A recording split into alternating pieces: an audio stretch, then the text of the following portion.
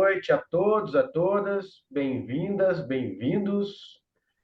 E hoje o nosso tema é o que impede a nossa libertação, como nós mesmos criamos nossas prisões. Então eu pedi aqui, né, para os participantes de hoje desenvolverem aí, se envolverem com esse tema, investigar cada um dentro da sua história, né? Inclusive a história espiritual, né? Da busca espiritual, da jornada espiritual, o que nos impede de alcançarmos essa libertação, né? E como nós criamos, estamos sempre construindo novas prisões, tá? Então, o que esse tema incita em cada um? Tá? Alguém quer trazer a sua impressão?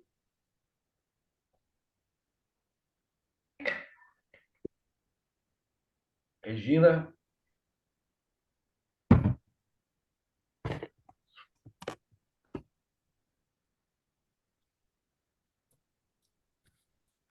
Eu não vou conseguir ver aqui.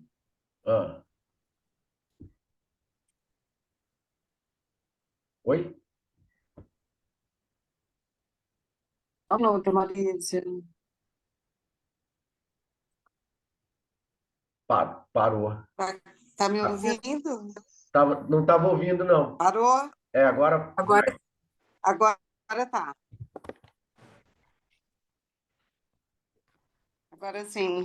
Vamos lá.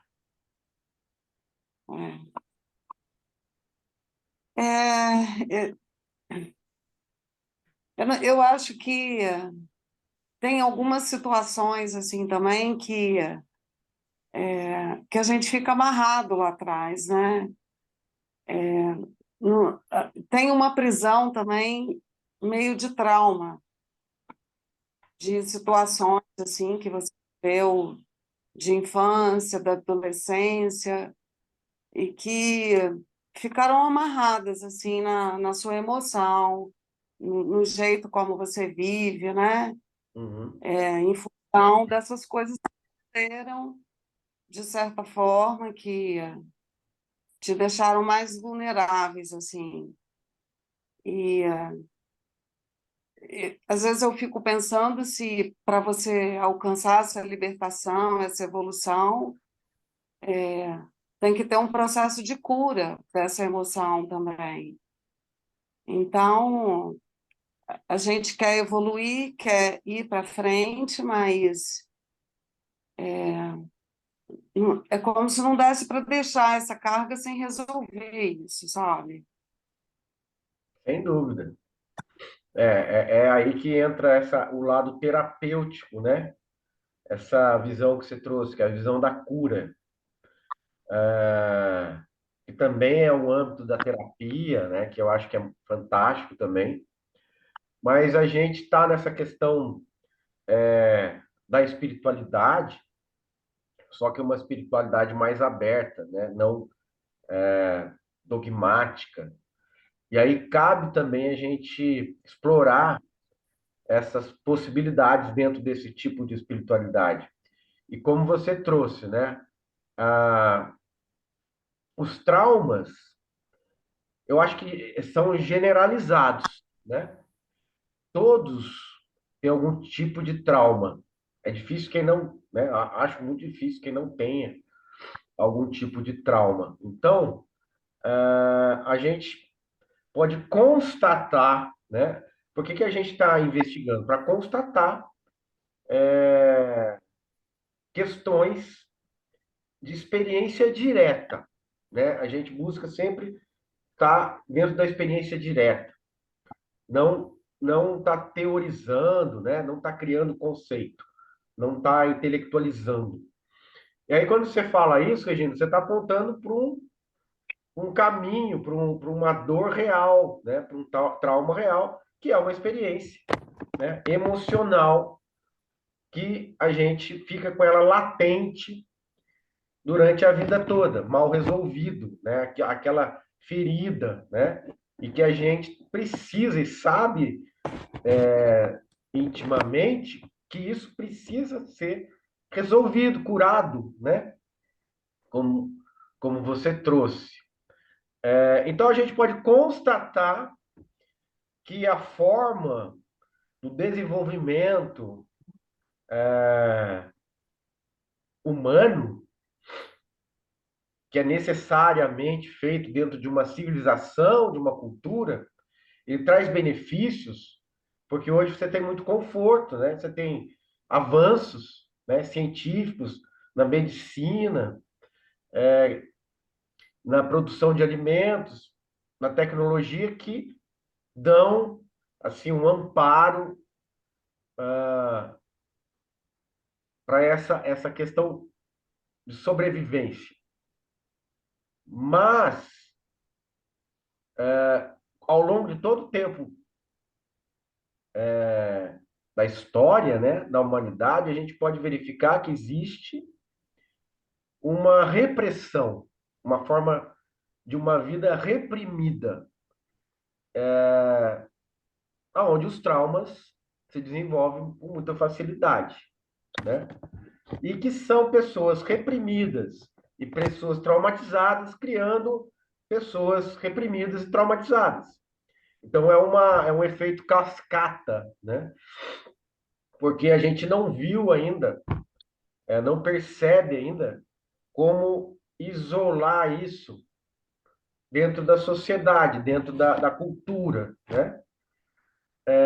Uma cultura talvez mais primitiva, como uma cultura indígena, por exemplo, que não tenha tido um contato muito forte, né, com a civilização, pode ter ali algo mais genuíno, né? Algo que não seja tão repressivo, né? Mas que aos nossos olhos pode parecer também algo estranho, às vezes até violento, né? Porque algumas regras ali são regras mais próximas da naturalidade, né? Em termos de sobrevivência, por exemplo, né? Então a gente está fazendo esse olhar, né? Jogando esse olhar. Então a primeira constatação é: somos reprimidos, temos traumas, aqueles que nos criam também. E ao longo do desenvolvimento da humanidade, todos os nossos antepassados assim o fizeram, né? Tentando acertar e às vezes acertando e também errando, né? Então, a gente pode até dizer que isso é da condição humana, né? Porque os grandes mestres, eles queriam trazer para a humanidade esse conforto espiritual, não o conforto material, né? Só que quando você pega um Cristo falando em amor e quando você pega um Buda falando em desapego, isso fica muito distante da realidade, da nossa realidade, do dia a dia. Porque isso é aceitável de uma forma compartimentada. Ou seja, se eu me disponho a ir em um templo, eu me disponho a fazer uma prática, né? E eu posso conceber que eu seja uma pessoa religiosa ou praticante de alguma coisa, aquilo tem um certo momento e não é necessariamente dominante ao longo de todo o instante, todos os momentos, né? Aquilo é algo pontual, né? Por quê? Porque eu acho que os mestres trazem a verdade, mas é uma verdade muito distante da forma que a gente vive, ok? Então, por que que a gente não consegue, como você trouxe, né? Uma liberdade maior, uma evolução maior? Porque nós não vivemos legitimamente as mensagens que os mestres trazem. Primeiro que a gente tem muito medo dessas mensagens. Porque essas mensagens, elas são autodestrutivas, né? Você está destruindo o quê? Um modelo que você está apoiada. Nós estamos referenciados em modelos. O modelo que a gente está referenciado é um modelo material, exclusivamente material. A espiritualidade é estranha a esse modelo. E quando ela vem trazendo os valores reais da espiritualidade séria, nós não temos essa disposição, né, para avançar e com firmeza, né, a gente ter essa dedicação. Agora, aqui no Satsang, a gente está engatinhando. A proposta é começar, ter uma visão mais fiel do que está acontecendo, né? Porque primeiro aí, essa questão, por que nós criamos as nossas prisões e por que nós não nos libertamos, temos que olhar onde estão essas prisões, como elas são construídas. Essa é a proposta, como são construídas as prisões, né? Então, a prisão ela é construída principalmente pelo pensamento, tá? Porque a forma de pensar,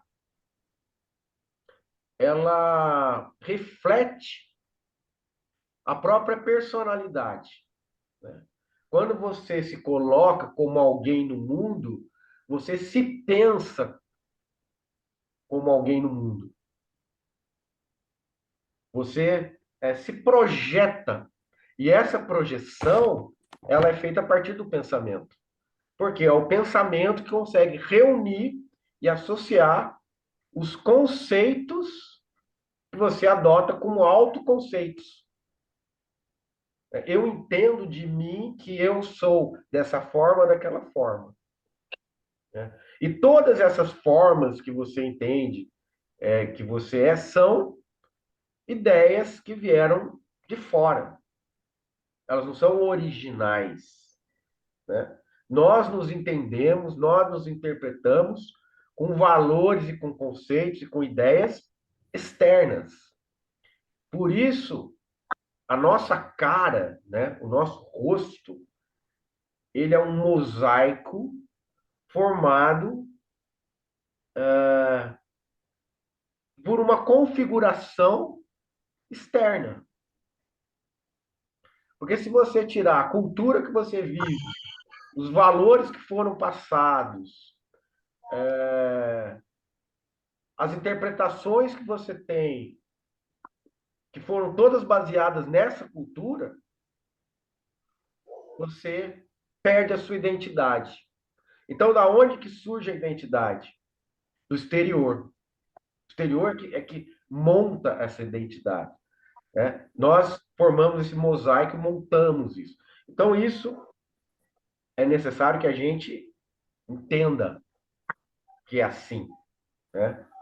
Porque isso é um começo da história de você encontrar o fio da meada da onde surgiu a forma que você se concebe. A forma que você se concebe é através do pensamento. Então, qual que é o grande construtor de realidades? Pensamento. Tanto que o Descartes falou, né? Penso, logo existo. Então, o que o pensamento é? É um construtor de realidades. E quando ele fala penso, o eu já está embutido ali, porque alguém pensa. O eu já está embutido no próprio pensamento. Então não é que alguém está pensando, o pensamento surge com o eu dentro. E o pensamento conclui, o próprio pensamento está concluindo que ele existe, que uma existência está acontecendo. E, no fundo, parece que ele sabe o que está dizendo. E, na verdade, não sabe. Porque é só você pensar o seguinte: penso, logo existo. Isso é um conceito que já está embutido aí, a identidade está embutida no conceito. Eu, né, penso, logo eu existo, tá? Aí você quer destruir essa máxima, aí você fala, mas como você existe? Então aí você entra com um, uma quebra de modelo, uma ruptura. Porque o Descartes ele pode falar, penso, logo existo. A existência surge através do pensamento. Não é real. Não é real, porque a existência, ela há uma realidade surge independente do pensamento, né? E agora, se você trouxer essa questão, como você existe, né? Porque essa máxima, né? Eu existo, mas como você existe? Então, é uma, é um desafio que vai contra essa convicção. Existência acontece. O eu acontece junto com essa existência. Mas como? De que forma? Como você existe? Né? Então é aí, Regina, que a gente começa a perceber que existe algo além dessa persona que carrega os traumas. É aí que você começa a enxergar a possibilidade de libertação. Porque a persona que carrega os traumas, ela é formada pelos próprios traumas. E se você quiser curar totalmente a persona que carrega os traumas, você tem que fazer essa persona desaparecer, porque a estrutura dela é o próprio trauma. A estrutura da personalidade, da identidade, já é formada por conceitos externos. Conceitos externos são impressões de outras pessoas, né, que vieram trazendo a formação das civilizações, da humanidade, etc, etc. Dando seus valores, etc, etc. Ou seja, esse rosto não é original. Por isso que o Zen pergunta, né? Qual é a sua face, né? A aparência da sua face? Qual é o seu rosto original? Antes dos seus pais nascerem, né? Que é a proposta de você se descolar dessa cultura que é representada pelos seus pais, aqueles que introduziram você nessa cultura, né? Então, o pensamento, né? Porque é através do pensamento que você se aborrece, que você se angustia, você entra em desespero. Então, olha o poder que o pensamento tem sobre você. É através do pensamento que você cria um temperamento. É através do pensamento que você age. Porque a cogitação, aquilo que aparece antes da ação, né, é que vai impulsionar a ação. E muitas vezes você não está nem conseguindo perceber o pensamento. Ele já vem instantaneamente e já aí você já começa a agir automaticamente. Então, é como o Buda fala no Dhammapada, né? É melhor que conquistar um exército de 1000 homens é você conquistar a sua própria mente. Melhor que conquistar, né? Então, a importância disso, né? Como fabricante de realidades, como fabricante de modelos, de identidades, de personalidades, de pessoas, né? E a gente vai se entendendo como pessoa, como indivíduo, dentro de uma realidade cultural, e fim. Então, aí é impossível a transcendência. E o que a gente está querendo trazer aqui no Satsang é: viva a transcendência como experiência direta. Não adianta também imaginar uma transcendência, criar intelectualmente uma transcendência. Fala, Lili. Eu perdi alguma coisa que você falou, eu Hum, fiquei presa nisso daí. Você disse que a pessoa, a identidade, ela surge com o pensamento? é, porque o eu é um pensamento. Uhum. Quando o Descartes fala, por exemplo, penso, o eu já está ali no penso, né? Aham. Penso, eu penso. Logo, existo. Logo, eu existo. Né? Uhum. Então, quando surge o pensamento penso, a identidade já está colada nele. E ela também é um pensamento. Sim. Né? E aí que você começa a intelectualizar, a teorizar, né?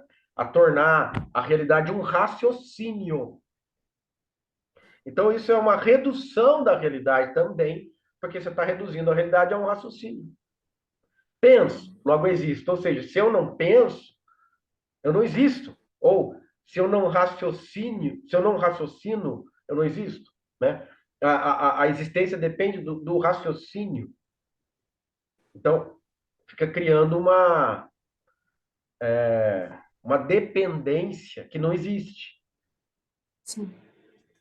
Né? Mas a gente começa a se viciar nesse modelo, a gente se constrói em cima desse modelo, e quando vem uma proposta de um mestre espiritual como Cristo, como Buda, você se perde. Como é que eu vou seguir um negócio desse?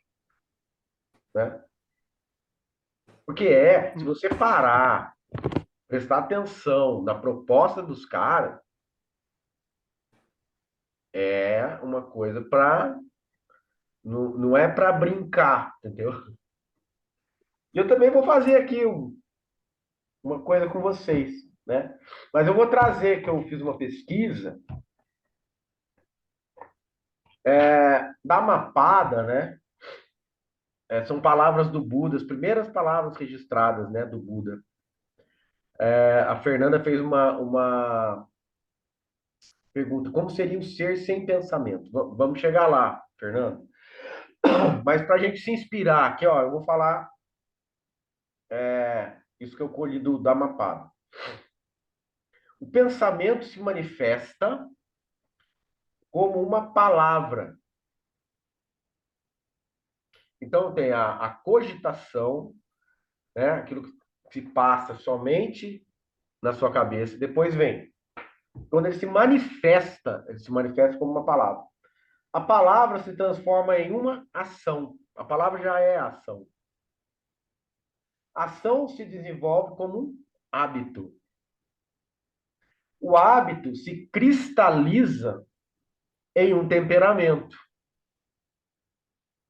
Portanto, observe com cuidado os pensamentos e seus resultados. E faça com que eles brotem do amor e do respeito para com todos os seres. Da mesma forma que a sombra segue o corpo, nós nos tornamos aquilo que pensamos. Olha que coisa maravilhosa. Então, isso aqui, ó, ele está mostrando meio hábil. O pensamento que serve para te destruir e para destruir as pessoas, para destruir, né?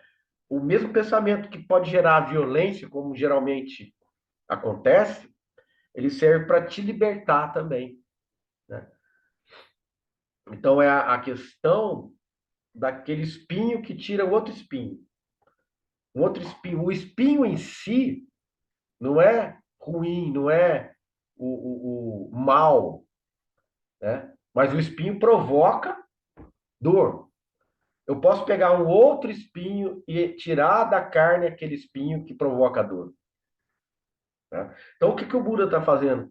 Ele está mostrando, demonstrando, né, que se você nutrir pensamentos que brotem do amor e respeito, assim como a sombra segue o corpo, nós nos tornamos aquilo que pensamos. Essa é uma etapa de prática, né? De desenvolver. A gente está nessa etapa de prática. A gente tem que desenvolver esses métodos que a Regina falou, que é um método terapêutico, né? O que é um método terapêutico? Que vai me fazer bem, que vai me tornar melhor. Então, se eu consigo entender o significado dessa frase, e se eu consigo colocar em prática que os pensamentos que geram emoções perturbadoras, raiva, ódio, e violência, medo, eles não fazem o menor sentido. Para você deixar alguma coisa, você tem que entender que aquilo não faz sentido. Não adianta você achar intelectualmente que não faz sentido. Você tem que ver na experiência direta que não faz sentido. O que é ver na experiência direta que não faz sentido? Né? Não faz sentido eu chupar chupeta. Eu não vou numa farmácia, num supermercado comprar uma chupeta. Não faz O sentido. Maurício, Oi?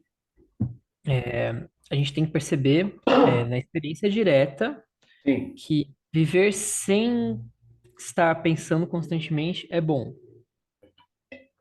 Não é só isso. Aqui teve a proposta pensar, nutrir pensamentos vinculados a emoções nobres, Certo. emoções sublimes, que é o caso do amor, da compaixão, tá? De começar a Uhum. cultivar, deixar de cultivar uma coisa e começar a cultivar outra. Ele não chega invalidando os pensamentos. Todo pensamento é ruim, para de Uhum. pensar, não é isso, né? Uhum. Muda o padrão. Mas para mudar o padrão, não pode ser de cima para baixo, né? Eu não posso pegar, Isaac, não é legal você pensar coisas que são prejudiciais para você e para os outros. Passa a pensar coisas boas. Se você não fizer um link dentro de uma experiência direta, não vai acontecer isso. Né? Tem uma coisa, uma piadinha, né? Que a pessoa está super deprimida. Aí vem o outro e fala assim, mas por que você está deprimido? Fica feliz. Aí o cara, nossa, então eu tô feliz agora. Não é assim, né? O motivo da depressão tá lá. Então, o motivo da gente estar pensando e se envolvendo com emoções perturbadoras está presente. Então, a gente tem que explorar, investigar esse motivo. Por que que eu não penso coisas boas? Por que que eu não penso coisas que me faz bem para os outros? Porque eu tenho alguma coisa em mim que não permite isso. E o que que é? Qual que é o problema? Que nem a Regina trouxe.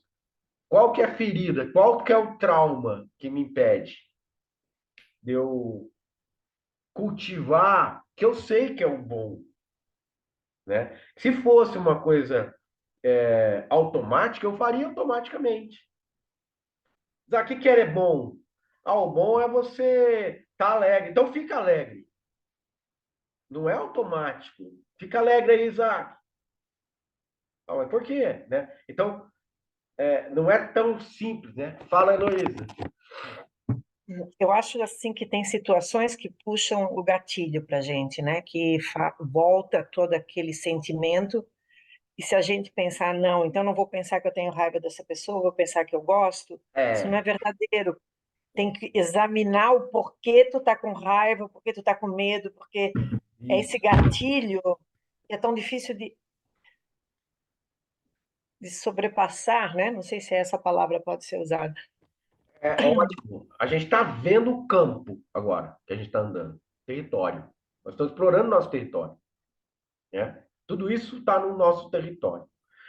Mas a gente pressupõe coisas que estão no território que não são aquilo que realmente está no território. Exemplo. Que o Buda fala? O que seria o despertar, né? A libertação, o despertar, a iluminação. Ver as coisas como elas são. O que está nesse ver? É simples, hein? Ver as coisas como elas realmente são. O ver é o sentir. O ver tem a ver com a emoção. Então, esse ver não é só o olhar, né? O ver é a compreensão, é o entendimento da forma que é, na experiência direta, como é, sem essa lente das interpretações viciadas pelos condicionamentos introduzidos pela cultura, pela educação, pela religião, etc. Quando o Buda faz a Maurício. experiência da iluminação, ele faz sozinho. Então vamos olhar. A primeira coisa é você com você. Quando Cristo vai para o deserto, ele vai sozinho. Então a experiência dos grandes mestres, ela é uma experiência de você para você, é dele para ele. Mergulha em si mesmo, mergulha em si mesma. Ok? Então, uma experiência direta que a gente sempre intelectualiza, que a gente sempre cria uma ideia sobre, a gente não coloca em prática, a gente não coloca como sendo uma coisa real, e a gente sempre está resistindo a essa ideia, no fundo é isso, que isso, a gente foi programado para isso, é o seguinte, é o que eu vou falar para vocês agora. Tá? Isso que está acontecendo, e se a gente realmente levar isso a sério, muitas coisas vão cair. Muitas coisas vão cair. Aí você falou, Luiz, não adianta você fingir que não existe aquele aborrecimento em relação à pessoa, em relação às circunstâncias, tal. Não adianta, mas existe um motivo maior que se você colocar em prática, dentro da experiência direta, isso vai se dissolvendo automaticamente, sem você interferir. Quer ver? Se você colocar isso aqui em prática, que eu vou falar, muita coisa que está aí na sua vida vai mudar. Ouve bem. Isso que está acontecendo aqui é provisório. Ponto. Isso é a forma de ver como é, que Buda propõe. Como nós vemos? Nós vemos provisório intelectualmente. Na prática, não. Na prática, a gente não aceita que é provisório e a gente finge que não é provisório. E aí, o que o Buda faz para os discípulos? Coloca os discípulos para meditar no cemitério. Aonde que era o cemitério na Índia naquele tempo?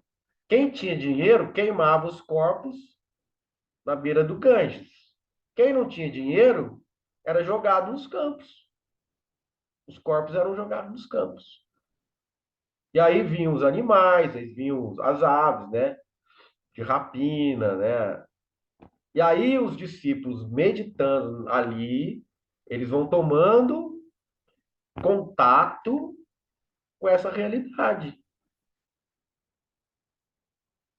A nossa sociedade, ela coloca assim, um obstáculo, ela coloca um muro, uma cerca diante dessa situação da finitude.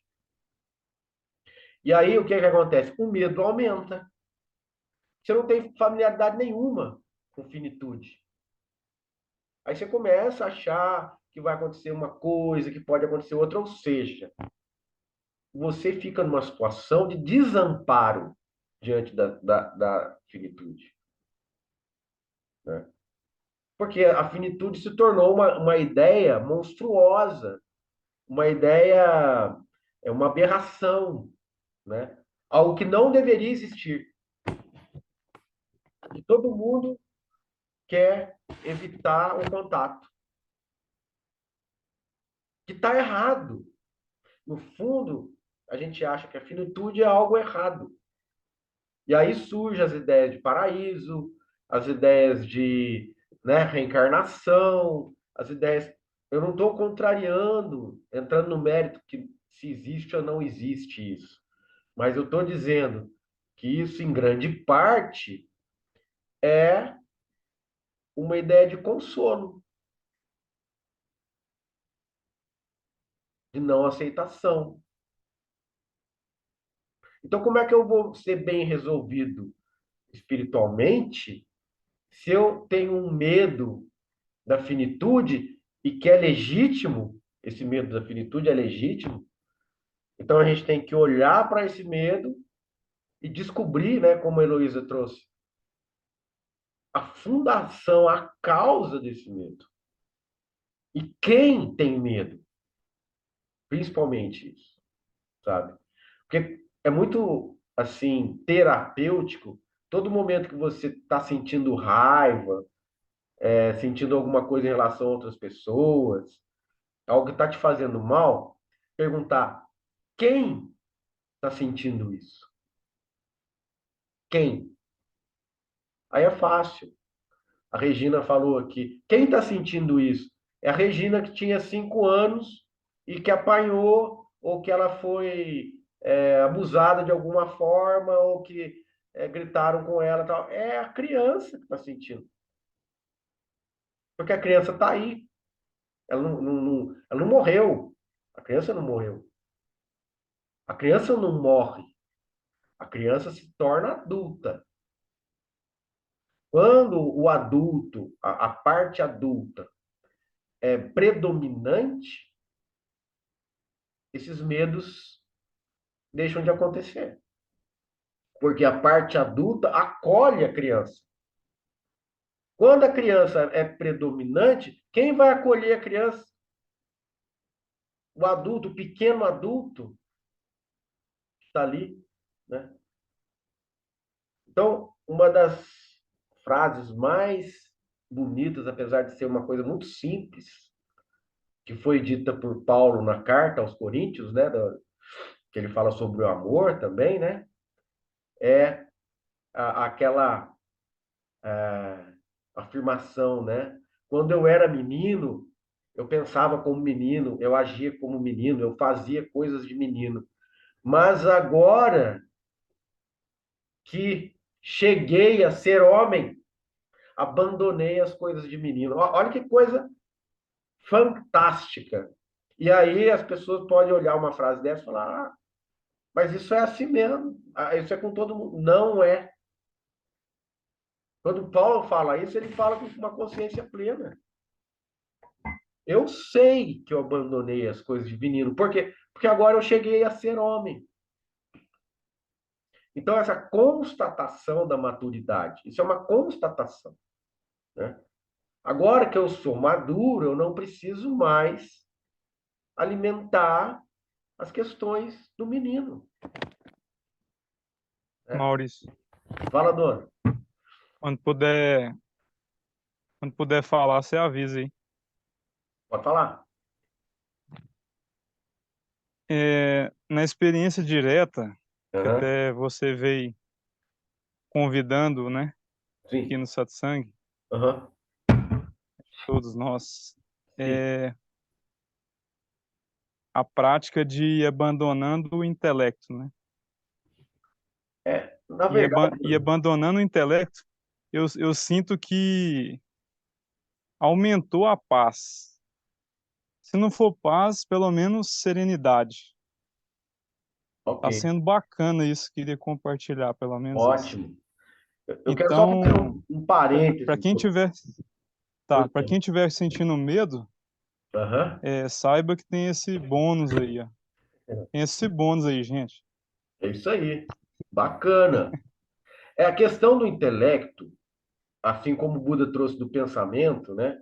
Não é que a gente vai invalidar totalmente, porque isso serve para algumas coisas.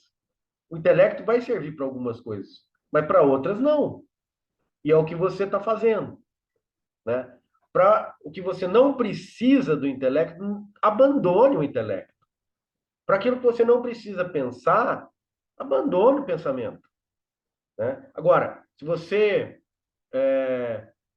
for se alimentando do pensamento, que seja pensamentos voltados para o amor, para a compaixão. Como você vai fazer isso? Através da cura sua, da própria cura. Então você não tem como. Porque isso tem que ser natural. Esse pensamento não é eu vou pensar em gostar de tal pessoa que eu odeio. Não existe isso. Eu vou tentar entender por que que eu estou odiando a pessoa, tentar olhar para essa ferida, porque o ódio surge do medo, né? No fundo é o medo, e eu vou explorar esse medo, vou investigar esse medo. Eu vou fazer isso como algo terapêutico. Eu estou cuidando de mim, né? Como um autocuidado. Então, Dona, o pensamento, ele foi muito e é muito valorizado nessa cultura. E a gente se esquece de se referenciar em outros valores humanos. Então, hoje, o principal vilão, o principal construtor dos nossos medos é o pensamento. É o pensamento, tá? É o principal construtor dos nossos medos. Porque a gente se desvinculou dos outros valores, dos outros estados espontâneos, porque a nossa cultura não valoriza esses estados, tá? O que eu vou falar um pouco também. A Fernanda fez, fez duas perguntas, então eu vou vir aqui, né? Como seria o ser sem pensamento? Isso é uma. Eu poderia dizer que cresci, amadureci, cresci a partir do momento que determinada situação deixa de me causar medo. Você sente, Fernanda, que isso é real, né? Pela experiência direta. Por exemplo, você poderia, quando criança, a maioria das crianças tem, até, sei lá, adultos, medo do escuro. A gente tem pavor do escuro. Em certo momento da vida, a gente tem um pavor do escuro. Na hora que você entrar no escuro e ficar à vontade no escuro, pode-se dizer que você perdeu o medo do escuro. Isso não é um amadurecimento? E o que que é um amadurecimento? É não dar validade e sentido àquilo que não tem validade nem sentido. Isso é realmente a libertação. Fala, Jaque. Mas como a gente diferencia o que tem validade e sentido do que não tem validade e sentido? Um grande norte é isso aqui é provisório. Isso é um grande norte. Porque uma vez que você viva em função disso, a maioria daquilo que faz sentido deixa de fazer sentido. Se você pegar uma pessoa com uma doença terminal, você vai ver o que é uma pessoa feliz. Se ela se libertou. Por quê? Porque não tem valor nenhum tudo que até então, quando a pessoa era saudável, tinha valor. Então, eu vou pedir para que vocês, né, apesar da gente ter medo, resistência, se coloquem no lugar de uma pessoa com uma doença terminal. Se coloque. Isso é uma prática que vai fazer você revolucionar a sua vida. Por quê? Porque o modelo que está vigendo, né? O modelo vigente, deixa de ter sentido. Aí você entende que esse modelo não é absoluto. Então, isso é o quê? Amadurecimento. Uma das coisas, a verdadeira libertação acontece com a sensação de segurança absoluta. E a sensação de segurança absoluta acontece com o amadurecimento. Aí vem Paulo, né? Agora que cheguei a ser homem, abandonei as coisas de menino. Como homem, Paulo se comporta diante da morte, diante de uma execução. Combati o bom combate. Ele não se comporta com medo. Ele não enfrenta a morte de uma forma com terror, né? Imbuído pelo terror.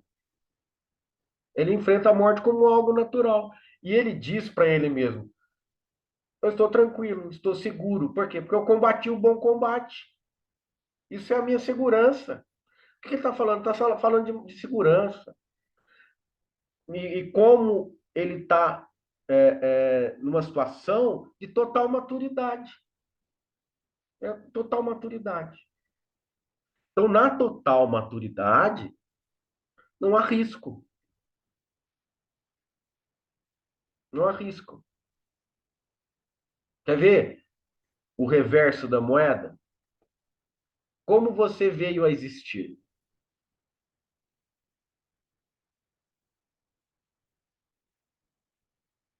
Alguém sabe aqui como você começou a existir? Como surgiu aí? Primeiro, você existe. Vamos começar. Todo mundo aqui acha que existe. Por quê? É a experiência direta.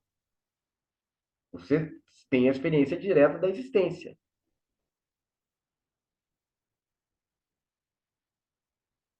Como você veio a existir?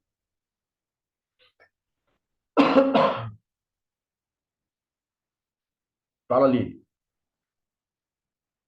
Abre. Não sei. Esse não sei veio das suas entranhas. Você foi até as suas profundezas buscar esse não sei. Ou esse não sei é intelectual. Não, acho que não é intelectual. Então vai mais fundo ainda. Vai lá no fundo e vem e traz o não sei, né? Porque eu não sei mesmo. Uhum. Eu não estou assim duvidando. Isso é uma absoluta certeza. Então o que eu queria passar para vocês hoje? Convicção. Nós vamos adotar convicções. Uma primeira convicção: eu existo. A existência acontece. Né? Quando eu falo eu não sei o que quer dizer essa palavra, mas há uma impressão de que há um acontecer, um ser, um acontecer. Como isso veio a surgir? Não sei. Isso é o outro lado da moeda, a outra ponta da corda. A outra ponta da corda. Que é o que dizer, se você vai marchando para a finitude e começa a ficar desolado, ou desesperado, ou desesperada, que você não sabe nem como você começou a existir. Entende? Vai lá e vê. Eu não sei como eu existo. Eu não sei. Maurício, Oi. com todos os seus convites e apontamentos, Aham. tá acontecendo para mim, é um, é um desfrutar é, desse não saber, Exatamente. desses mistérios, né? Exatamente. E, Você e vai não ma- surfar no e não o mistério. medo. Surfa no É, mistério, dona. Surfa no mistério. é, Aproveita o mistério. Então, veja, eu não sei como eu comecei a existir. Eu não sei quando vou começar a não existir. E não sei se vou existir após a dissolução do corpo. Então, o que você tem que fazer? Aproveita. Aproveita. Isso é a coisa mais óbvia que tem, como você está falando.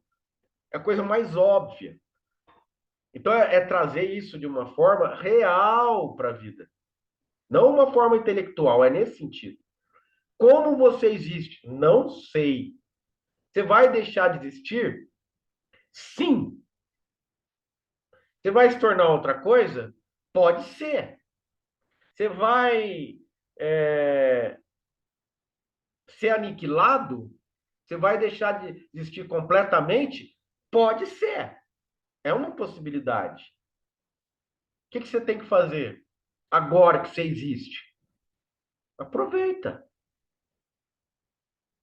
Então, se a gente pensa assim, se a gente tem essa concepção, essa convicção, tudo em volta de você, com esses valores hipócritas que a sociedade coloca, perde sentido.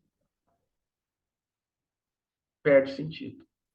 Isso, é, Luiz, que você trouxe, só sei que nada sei, que o Sócrates trouxe, é amadurecimento. Falar sabedoria mas é amadurecimento, principalmente. Né? Agora, a Fernanda também falou aqui. Será que quando atingimos determinado grau de amadurecimento, precisaríamos existir da forma como conhecemos? Será que existimos para perdermos alguns medos e amadurecermos? Olha, Fernanda, não sei se você pode abrir a câmera para a gente falar.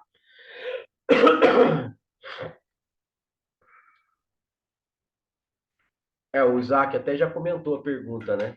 Existimos para perder um medo. Eu não sei se você consegue, né? Abrir a câmera aí, Fernanda. Cadê ela? Aí ela aí. Tô te Oi, escutando, Fernanda. Maurício. Pode falar, tudo bem? Tudo jóia? Tudo certo, e você? Tudo. Então, Fernanda, o que que você coloca quando você fala assim? Será que existimos para perdermos alguns medos? Você coloca um sentido na existência, tá? Então, nós existimos para amadurecermos.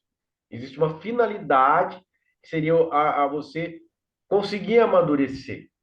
Isso também é muito parecido com a evolução, né? Que a doutrina espírita traz. Olha, você está aí para evoluir, né? Sim. Agora, isso eu quero deixar mais amplo aqui, mais aberto. Isso é possível? É possível. Mas você também pode. A existência está acontecendo simplesmente por acontecer e não ter motivo nenhum. Isso é possível? É possível. Entende? Porque parece que se a gente não validar a existência de alguma forma, ela tem um objetivo, ela perde o valor. Ela deixa de ser esse desfrute que ela pode ser. Entende? A gente cria uma barreira para ela ser uma outra coisa, porque ela não está se adaptando a esse modelo, ela não está encaixando nesse modelo. Mas, Maurício, o mundo não é extremamente lógico, Não, causa e efeito? não, a lógica, ela é uma linguagem e uma interpretação da realidade muito limitada. A lógica, ela é aplicável a certas condições, mas não em todas. Uma razão, né, uma demonstração disso é a física newtoniana, ela é válida até certo ponto. Depois de um certo ponto, o que tem que ser válido é a teoria da relatividade. Né? No macrocosmo, o que tem que ser aplicado é outra coisa. Então, quando a gente limita também as coisas por uma pseudo-segurança, né? Porque a gente acha que está conhecendo o território. Então, o que a gente busca, Fernando? No fundo, segurança. Nem que seja uma segurança falsa. Entende? Respostas também? Né? Então, Não essas sei. respostas nos trazem uma segurança relativa. E aí, se eu coloco você, né, e as pessoas aqui nessa situação, olha, pode ser, mas também pode não ser. Então, eu quero mostrar o quê? Não se projete para o futuro, porque o que está acontecendo agora? Existimos agora. Agora é o momento da existência. Né? Sim. Aí eu lembrei aquela frase do Snoopy, né, que o Cortella gosta de falar, né? Que aquele, eu não sei o nome dele, o menininho, né, que tá lá que é dono do Snoopy, o amigo do Snoopy, fala: um dia nós vamos morrer. Aí o Snoopy fala: mas todos os outros nós estamos vivendo. Vai ser um dia, a gente vai morrer, mas os outros nós estamos vivendo. Então, a questão maior, Fernando, é dar o devido valor ao que está acontecendo agora, à existência. Isso está acontecendo. Isso é real, né? As probabilidades são probabilidades, né? A gente quer o quê? Garantia. A gente luta por garantia e segurança. Então, quando você quer uma segurança, você vai lá e faz um seguro, na Porto Seguro, por exemplo. Por quê? Porque você está pensando lá no sinistro, lá no pior, no acontecimento. Então, na verdade, a nossa cabeça, quando você vai lá fazer um seguro, você não está buscando segurança. Você está completamente inseguro e segura, achando que alguma coisa vai te garantir lá na frente. Que é a história do paraíso, é a história né, de qualquer tipo de ideia nesse sentido, né? Mas o bacana para você ter segurança realmente agora é, se isso for real ou não, tanto faz. Mas, Tanto faz. Maurício, se não tiver um objetivo, a gente pode então escolher não viver, assim, né? Se não tiver um porquê, se a vida for assim, teria essa opção. Então, essa aí você está aplicando uma lógica Uhum, finalista. Você quer uhum. obter um valor ao fim da jornada, enquanto a própria jornada já é intrinsecamente o valor dela própria. Onde está o valor da vida? Na própria vida, que está acontecendo agora, e não algum evento ou fato futuro. Entende? Então, num primeiro momento, você pode pensar assim: então não faz sentido. Não, faz todo o sentido, porque o sentido que você julgava que estava fazendo era meramente intelectual. Era uma ideia e não um sentido real. Porque o que pode ultrapassar a existência em si acontecendo? Qual a palavra que pode definir a existência em si acontecendo? e como você veio a existir. Entende? Seria a própria vida em si? É a vida em si. A vida em si. Como surgiu a sua vida. Como surgiu a vida do outro. Como surgiu o planeta. Como surgiu a água. Como surgiu o sol. Como surgiu tudo isso. A ciência pode querer responder, mas ela não responde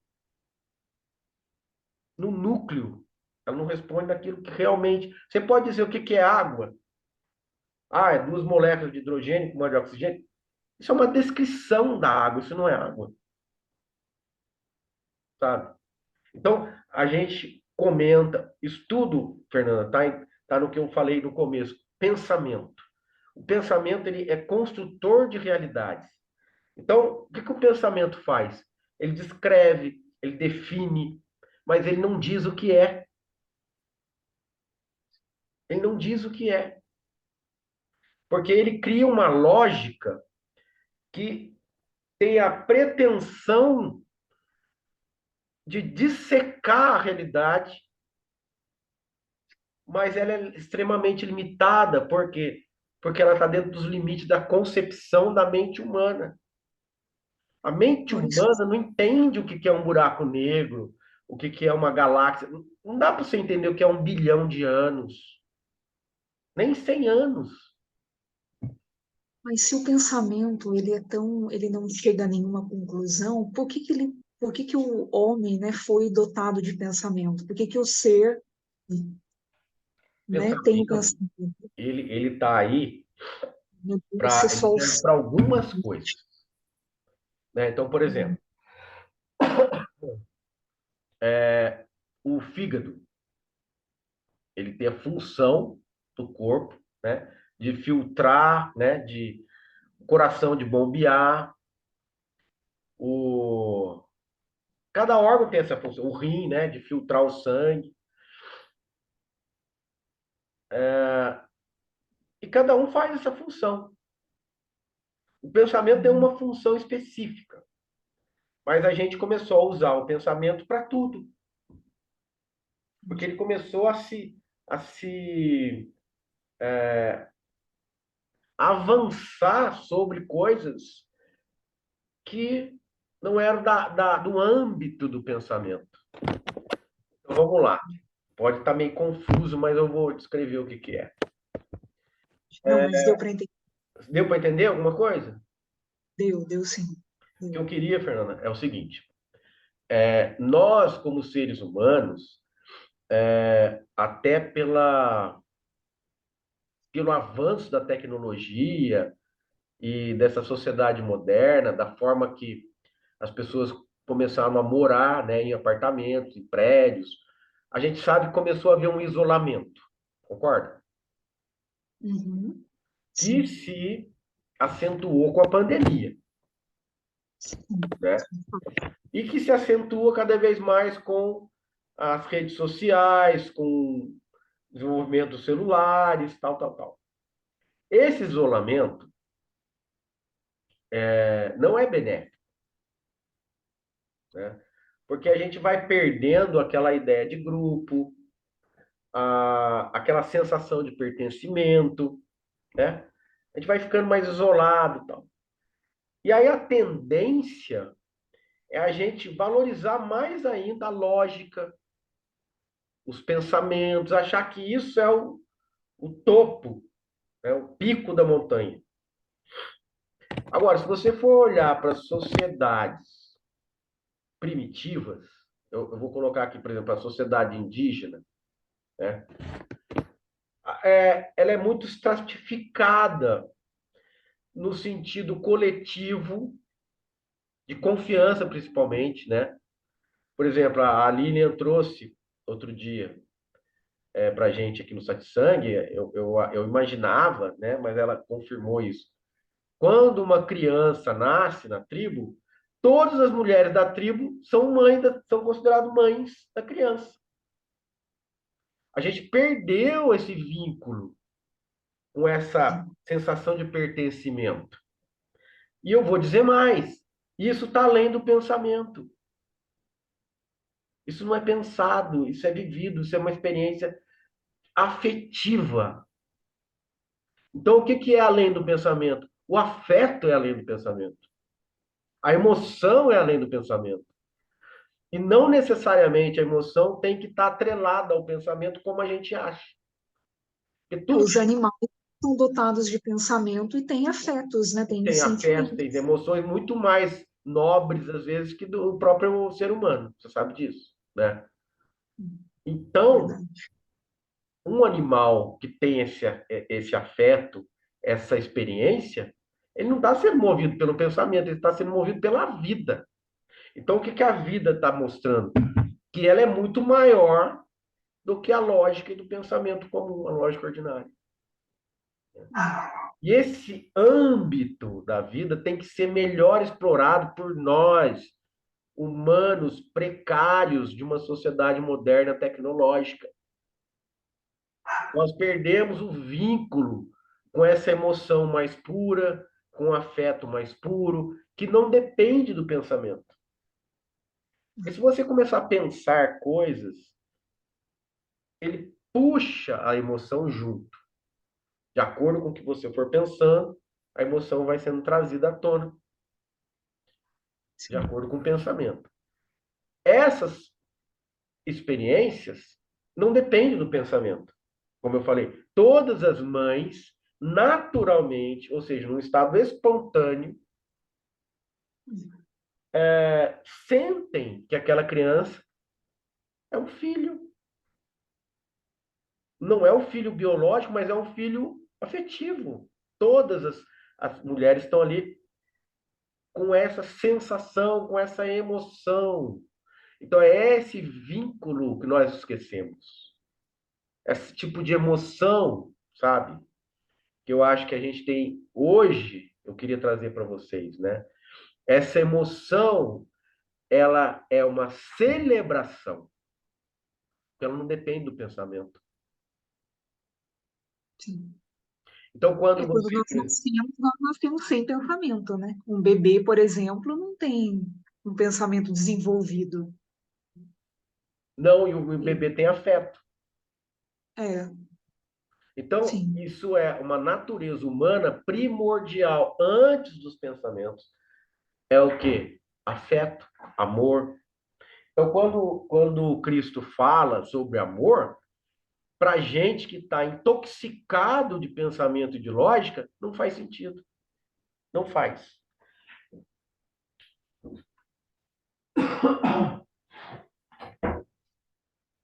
Agora, eu estou querendo que a gente vá para um outro caminho. Qual que é o caminho?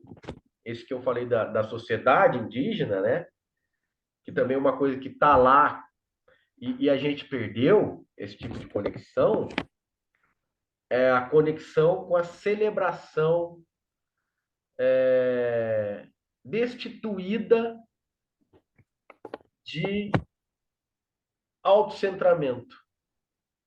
Você está celebrando por celebrar, você não está pensando em você. Né? Então, por exemplo, os rituais. Nós perdemos o sentido dos rituais.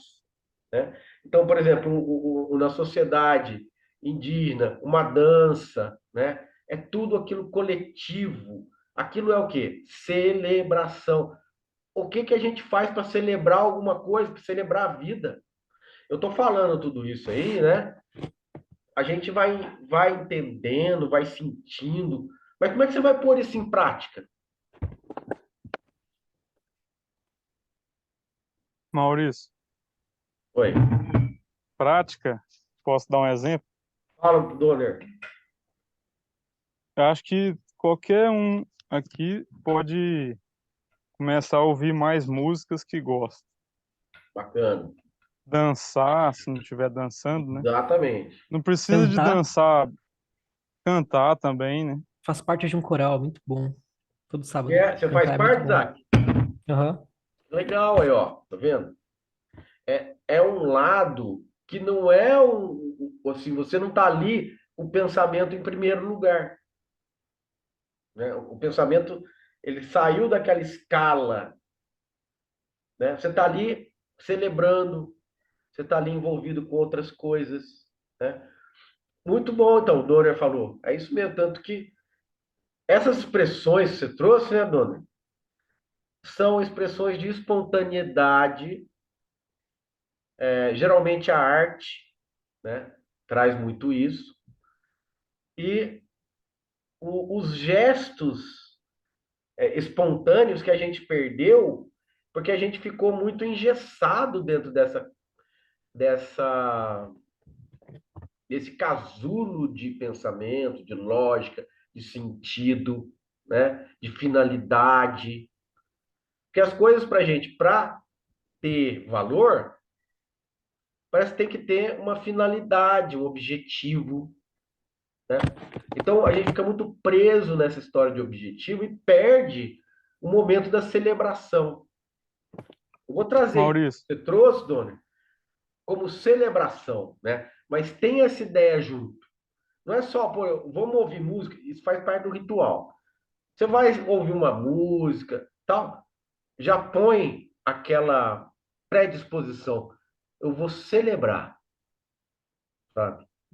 Vou celebrar. Agora, então, eu vou ouvir essa música, por quê? Porque eu vou celebrar. Vai celebrar o quê? Eu vou celebrar a minha vida, eu vou celebrar a música que eu estou ouvindo, eu vou celebrar tudo que está acontecendo, tal. Isso vai dar uma elevação, isso aí vai descolar você dessa sensação de estar dentro desse modelo, né? Assim, preso por esse modelo.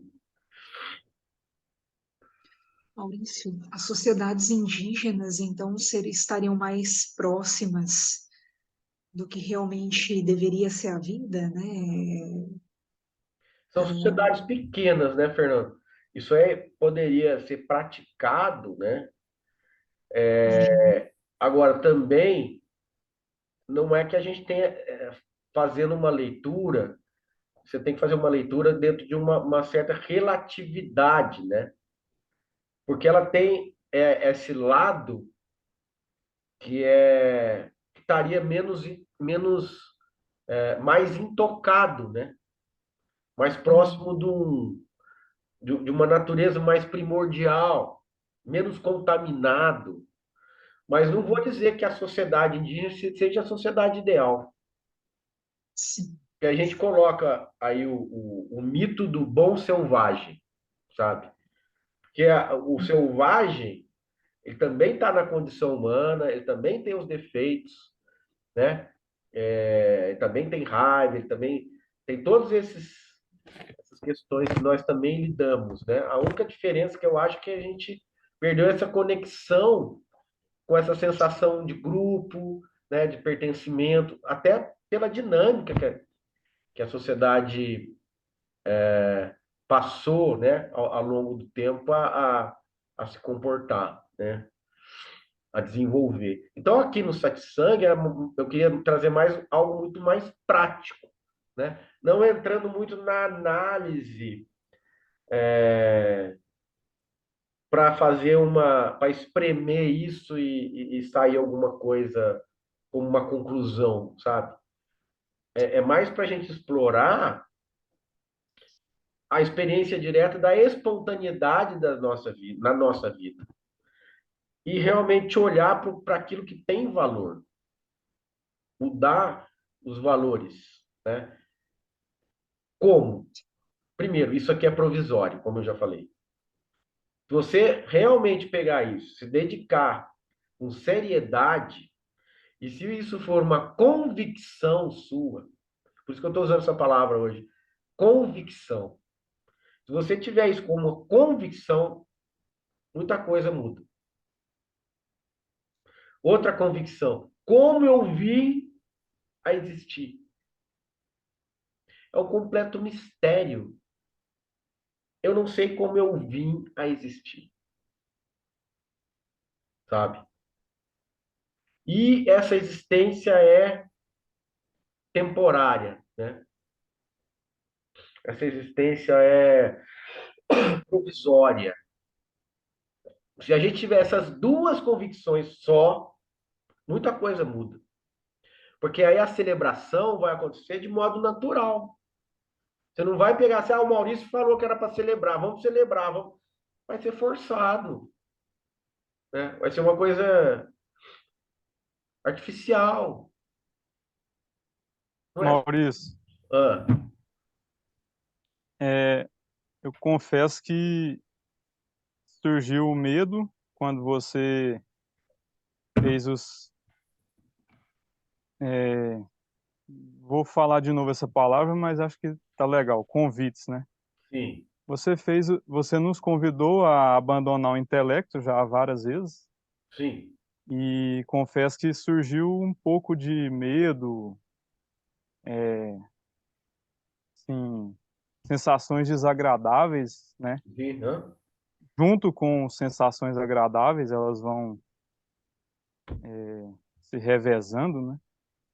Mas já está acontecendo uma leveza que parece que não se pode perder mais totalmente. Acontece, às vezes, de diminuir isso no cotidiano e tal, mas ela não diminui ao ponto que era antes, com o excesso de segurar no intelecto, de várias maneiras, para falar de assuntos mais simples aos mais complexos. Quando a sociedade exige, né,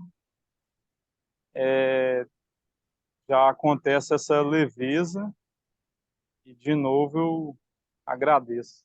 Ah, meu querido. Donner, Presentão.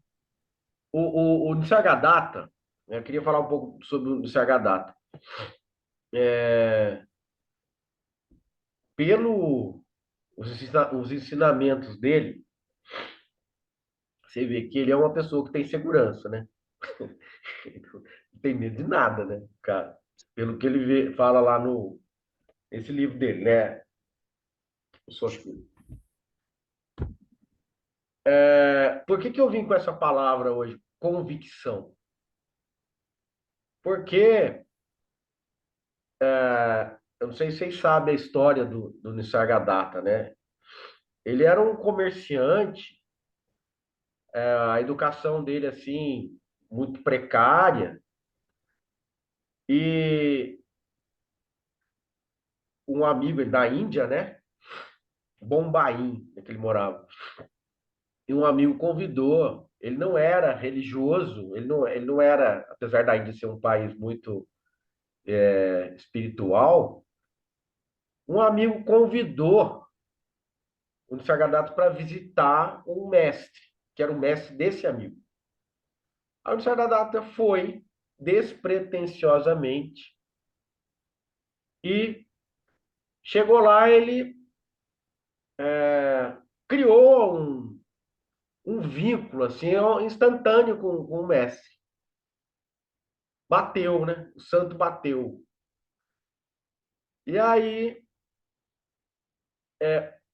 o mestre indicou uma prática para ele, né? E o que que diferenciou a conduta do Sargadatta? A convicção de que aquela prática seria eficiente. E é uma prática simples, né? O mestre propôs isso e ele seguiu isso, né? Então, o que que eu posso falar para vocês? Se a gente tiver coragem de cultivar uma convicção, que é uma certeza categórica sobre a vida, dentro dessas duas extremidades, né? Isso é provisório. Então, a gente está colocando na outra extremidade. Não sei como isso veio a acontecer. Não sei. Então, eu não sei como veio a acontecer e é provisório. Mas por que que é provisório? Não sei. Tem sentido? Se você for procurar um sentido através de uma resposta, Qualquer tipo de resposta é parcial, porque você está levando, reunindo elementos para fazer a pergunta que são elementos parciais, são limitados. Entendeu, Fernando? Então, por exemplo, então a vida não tem sentido, mas em qual elemento você está se baseando para fazer essa pergunta? Que tipo de sentido você quer que tenha? Porque a premissa que você está adotando, ela é absoluta ou ela é limitada? Sempre será limitada. Então a gente tem que olhar a vida e não achando que a gente está entendendo isso. O grande erro nosso, que a gente é levado pelos pensamentos, é que o pensamento dá uma falsa ideia que nós estamos entendendo o que está acontecendo. Nós não estamos entendendo. Não está no nosso alcance entender. O que está no nosso alcance? Celebrar, brincar, aproveitar, rir, chorar, dançar, que nem o Dona falou. Isso está no nosso alcance. Não tenta querer entender.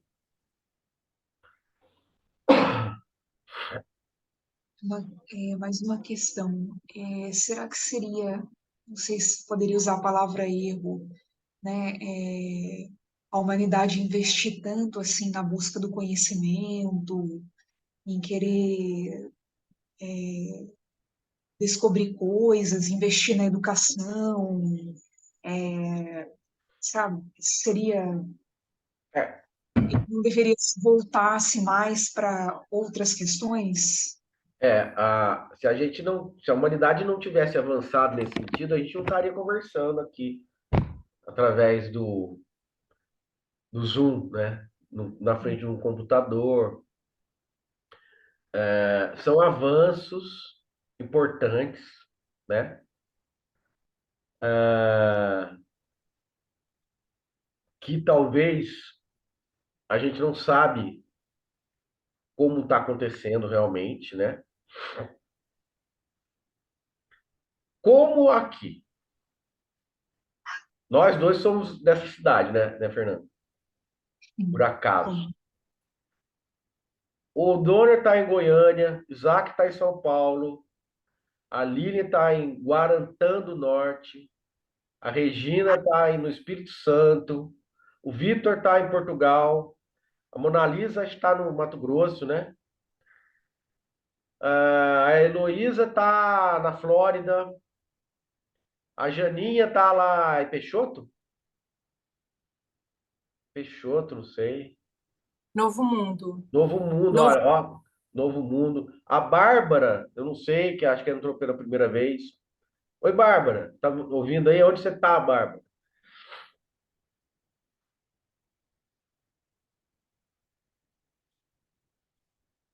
Ou seja, era para acontecer isso?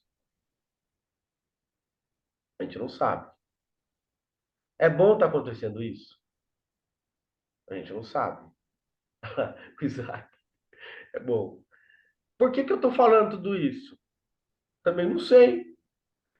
Por que que eu fico fazendo saque de sangue? Não sei.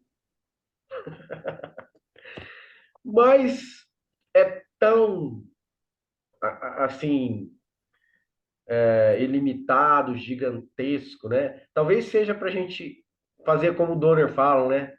Esse convite para celebrar, para a gente se reunir, se reconhecer, né? Em cada olhar, em cada rosto, tão distante e tão perto, tão Essa distante, dissesse tão seria uma perto. outra proposta de escola, né?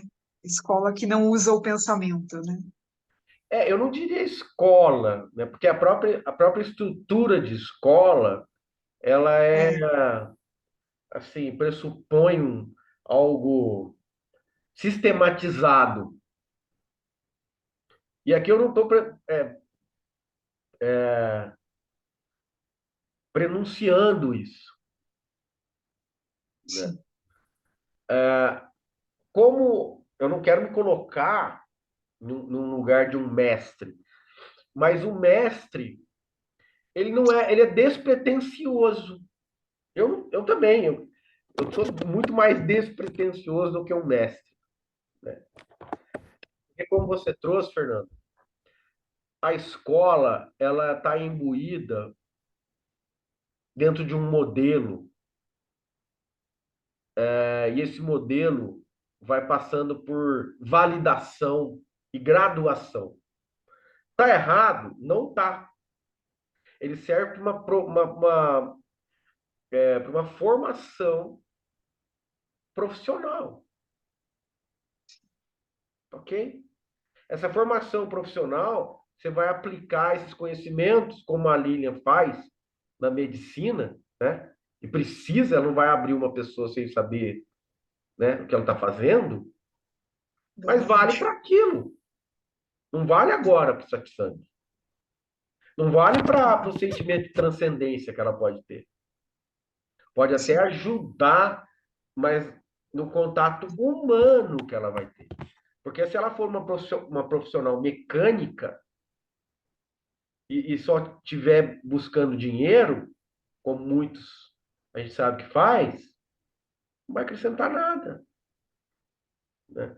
Então, por isso que eu acho a proposta dos mestres é uma proposta desconstrutiva. E a escola é uma proposta sistematizada de construção e de formação. Não é isso, né? Então, essa proposta ela é desconstrutiva, porque você está dentro de um modelo e a gente quer mostrar para você que você é mais que esse modelo. Você não está limitada nesse modelo. Que você não precisa se identificar como sendo esse modelo. Você não precisa estar dentro de uma dialética de perguntas e respostas para se validar como aquilo que você realmente é, além das perguntas e respostas, além do que é dito, além das palavras, além dos significados, aquilo que é maior. E como que você encontra aquilo que é maior? A não ser com o coração. E como você se encontra com o coração? A não ser na celebração. Quando você está na celebração, nenhum pensamento faz sentido, porque na celebração não é necessário pensar. E na celebração você não existe e nada te falta.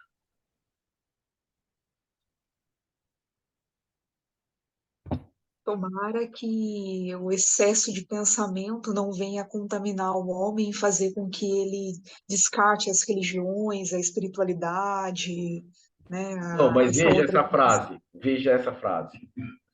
Essa é uma preocupação que você não precisa ter. A questão, Fernanda, é que você está pegando pesos que não são seus. Tomara que o homem, então, se liberte, não haja mais guerra, só haja paz. O que você acha que está fazendo, né?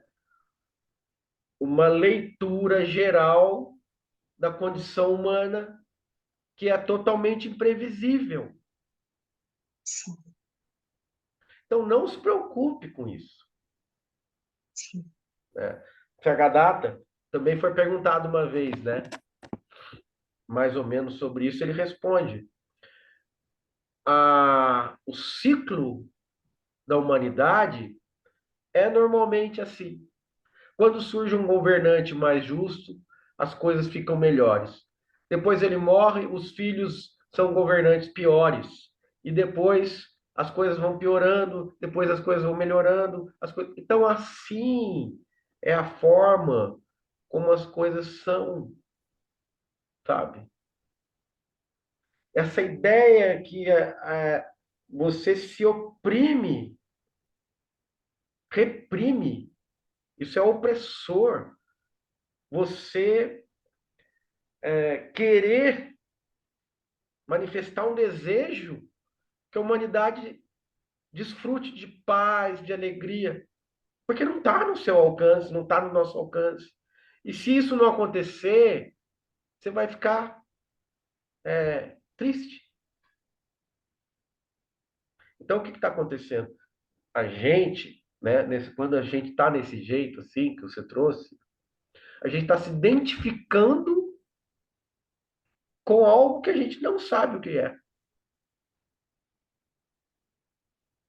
Eu nem sei o que é. Mas será que tem um Deus que comanda tudo? Será que isso aí está certo? Será que tem justiça? Por que que as coisas são assim? Mas isso é injusto. O que é cada coisa dessa? Um julgamento. Quem está julgando? Para onde vai levar esse julgamento?